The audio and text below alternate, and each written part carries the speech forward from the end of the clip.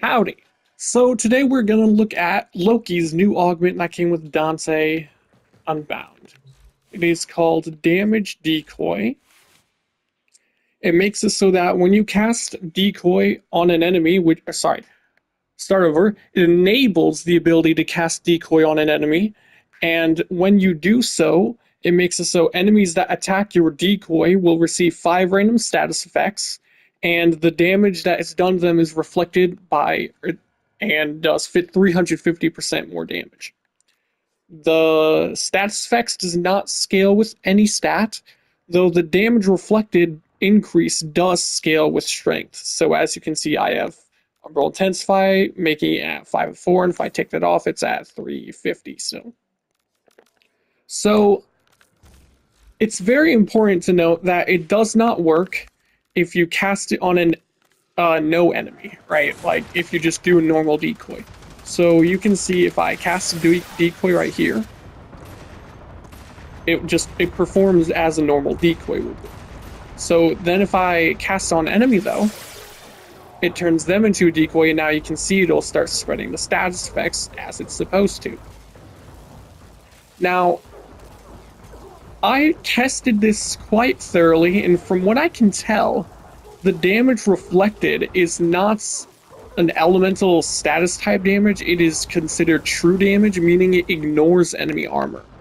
And I can show that by switching right now to a build with pillage.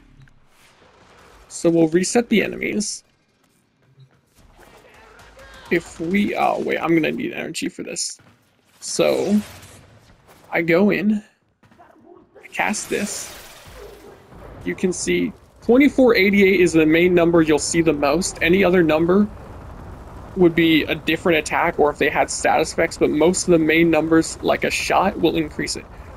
Now, when an enemy gets applied with a viral stack, that will increase the damage done by quite a large amount. And that's the main way, but if you strip their armor, which I'll now show, like if we go in, I'm going to cast twice, so they are full armor stripped. Now I will cast a decoy on the enemy. As you can see, it still had that main number of 2488. I know you just saw 37,000 damage. That was likely due to a bunch of status procs. That's usually how that happens. So something that is affected, though, is the status effects. So armor stripping does still matter for any status effects applied to the enemies, such as heat, toxin, cold, anything like that. But the initial hit of damage does not seem to be affected by stripping their armor. Otherwise, that 2488 should be way higher. All of these attacks should be significantly higher, because the damage reduction on a level 175 Steel Path Corrupted Heavy Gunner with their armor is at least 90%. It's quite high, so the damage should be way, way higher if it was affected by armor. So what this means is armor strip isn't going to help that much if you're going for spreading actual damage and killing stuff, or at least not from the initial reflected hit. Though again, it will affect status effects such as heat and toxin when that's applied from reflecting the attacks. Now, it's also going to affect this other interesting interaction if you wanted to build for this, so we're going to try it out with Mind Control, the helmet from Nyx. So this lets you convert an enemy into an ally, and when you do so, you have a period of time where dealing damage increases the damage they do. You see that debuff at the right? You attack it, it goes up. There, 1022%. And they become immune to our attacks, so we don't accidentally kill them. So then they can attack enemies if these weren't paused, and they can deal damage, but if they aren't armor stripped, it tends to not do much damage. Same if they aren't high enough level, right? Because as I've said before a million times, enemy health scales or enemy damage scales way higher than enemy health does. So if you're facing like level 5,000 enemies, and you armor strip them and you mind control, then your mind controlled ally should be able to decimate the other enemies if they don't have armor. but at like level 175, it's not going to be high enough damage that they do when you convert them to actually kill their enemies. But if you cast Decoy and then Mind Control, you can actually stack them. So if we do Decoy first though, and then we do Mind Control, as you can see, it disables Decoy. Or sorry, Mind Control. So we only have Decoy. But if you cast Decoy first and then Mind Control, they can actually stack on top of each other. And we can still, hang on a second, we can still attack them for that short period to increase the damage they do. So now, this enemy will reflect damage and deal a large portion of damage increased. However, it does not affect the reflected damage that is done. Unfortunately, that would be insane if it could stack like that. But it will affect the damage the Decoy does themselves with their attacks. So if you get into a high-end mission and you do both of these, you're going to make it so that this Decoy, if you arm strip the enemies, because that's super important, when is attacked, will kill enemies and can kill enemies themselves by attacking, making you have a very potent and powerful little buddy with you, I guess. And they also still spread status effects, of course. So if you wanted to, you could maximize this by building into strength to affect the damage reflected and the damage bonus on attacks for your Mind Control ally. If you have, where is it? Mind Freak. So the only way to increase the damage done on Mind Control ally or enemies when you make them your friends is by attacking them initially, but with this augment you can increase it by 500%, and that will go up with strength. So you can actually do this to get even more damage out of it. If you wanted to, you could just build into both and then have a very big PP damage ally on your side. It's not like practical, to be honest, but it's funny, and I just wanted to know if it worked. Something else I'm interested in is what happens if you mark for death a decoy that you made. You're like, if you decoy an enemy and then you cast mark for death, and then an enemy attacks the decoy that you have marked for death, will it actually proc and make it deal a huge chunk of damage to all enemies around?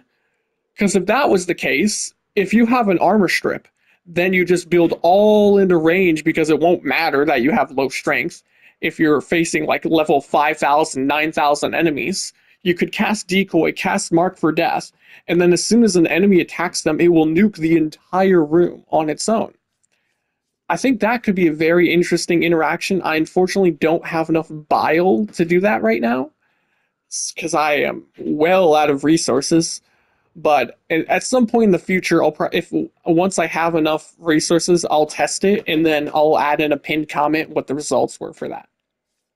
But right now, I don't have the resources. So that's the main gist of the augment and what you can do with it. Sorry about that loud sound, ignore that. It's fairly good for spreading status effects, but the problem is it seems that it has a bit of a cooldown, right? Like, if I cast it and all the enemies are attacking my guy right here, as you can see, even though it's getting hit by multiple enemies, it's not tagging them all at once. It tags them fairly fast.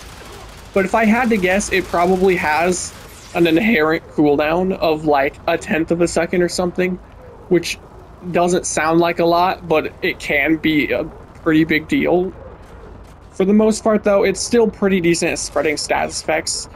I wish it was better, as in you could cast multiple, but you could only have one decoy at a time, including if you just make your own decoy over having it on an enemy. You can't even have like a Loki decoy and an enemy decoy, which is unfortunate. But it's still a fairly decent augment. I like it. I think I might have it on my main build. We'll see how it comes out. But it's mostly just there for keeping your decoy alive more than anything, in my opinion, because if you cast your decoy, it used to have unbelievably low health, making it worthless. or almost worthless for the most part. But after the Dante and Bound update, oh, I messed up the enemy spawns. Hang on a second. After the Dante and Bound update came out, they changed it so that it will take a percentage of the health and shields of nearby enemies, scaling off strength, and the range scales off range stat for nearby enemies that it can steal from, so that it doesn't die immediately. So if you cast it in a group of enemies, it can actually get really chonky amounts of health by taking the health values and shield values off of nearby enemies. Though it still has like basically no armor, which is a problem because then on the high end, if you're doing a level cap, it can still get killed. But if you decoy an enemy with damage decoy, they have the armor value of said enemy. On top of the health value, and you can see the little effects of stealing, it has that enemy's health value plus the stolen health and shields from nearby enemies. So it just makes it so that your decoy, even at level cap, is not going to die pretty much ever. So that's quite nice. Other than that, though, not insane, just an interesting augment, a very interesting augment that's quite nice. Though, something to note is if you are doing level cap and you start armor stripping, because it still counts as an enemy, you can strip its armor, and then it will get decimated by other enemies. And on top of that, you can still kill your own decoy by accident by hitting it with your weapons, which is unfortunate. I hope they change that to make it so it doesn't die by accident. But like I had said before with the mind control build, if you decide to stack both on top of each other, this actually fixes the problem since your mind controlled allies are immune to damage from yourself. That way you don't accidentally kill them.